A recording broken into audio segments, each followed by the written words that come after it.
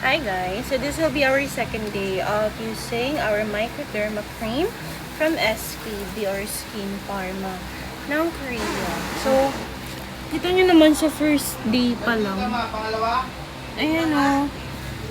Na-feel ko naging glossy-glossy siya in all fairness. So, ngayon, tatry natin siya for the second time around. So, diba nga, sabi naman is dab-dab lang. Ayun pa din o.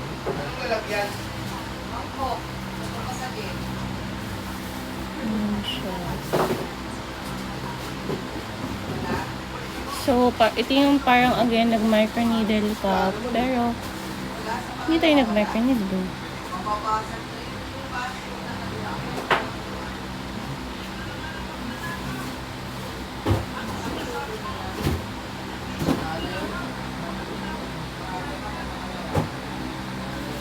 Lagyan ko lang na onti pa dito sa may bandang pores. Ayan.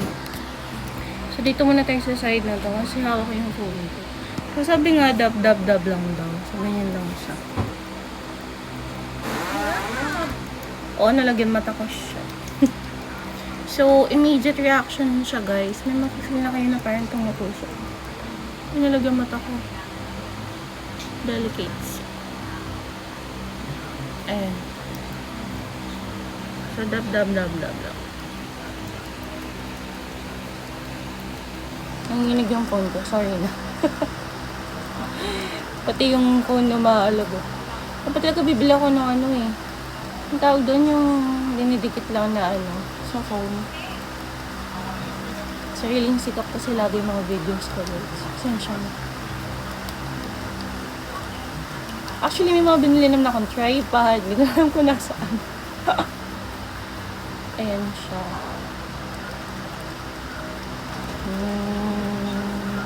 Parang mo sinasampa lang sariling. Slightly. But surely. Focus ako doon sa madami kong pores. Ayan siya. So, tapos na tayo sa part na yan. Then, so, sa noo naman tayo mag-focus.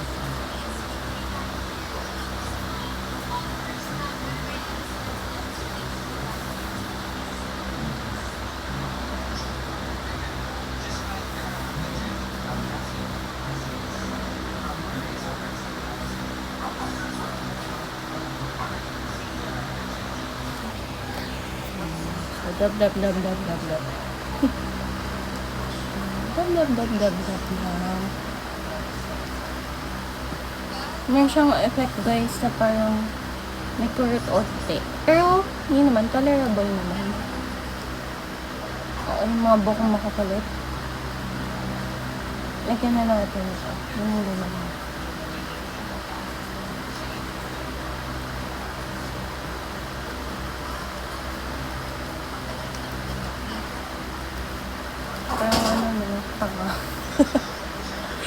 Sorry for my weird TikTok.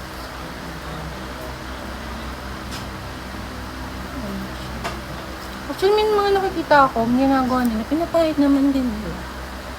Eventually. Pinapahid din nila. So, sa kabilang part na tayo. So, hindi tayo kaluwete, guys. So, please bear with me.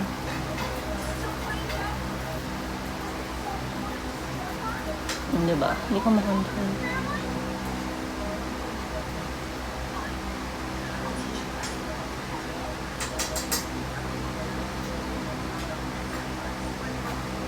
Hindi na perfect.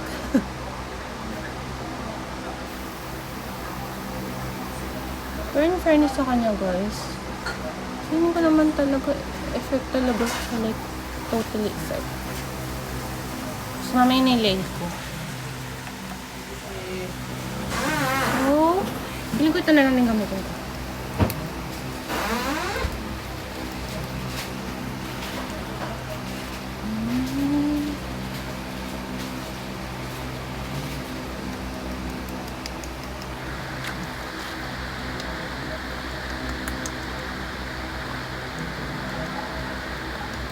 Ayan siya.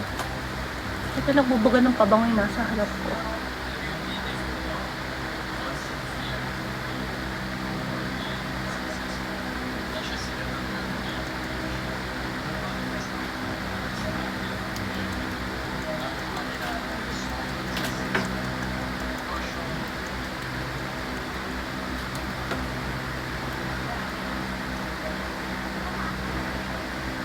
think nalagyan ko naman buong mukha.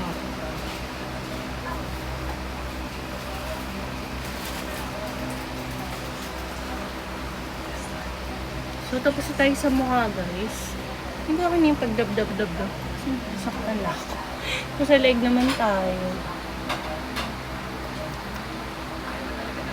Mukhang bibili na ako ulit kasi konti na lang. Pero, second day ko pa lang, oh. Shocks. Ayan, dab-dab-dab-dab.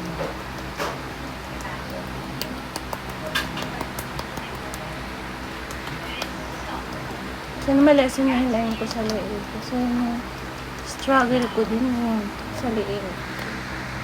Ang hirap.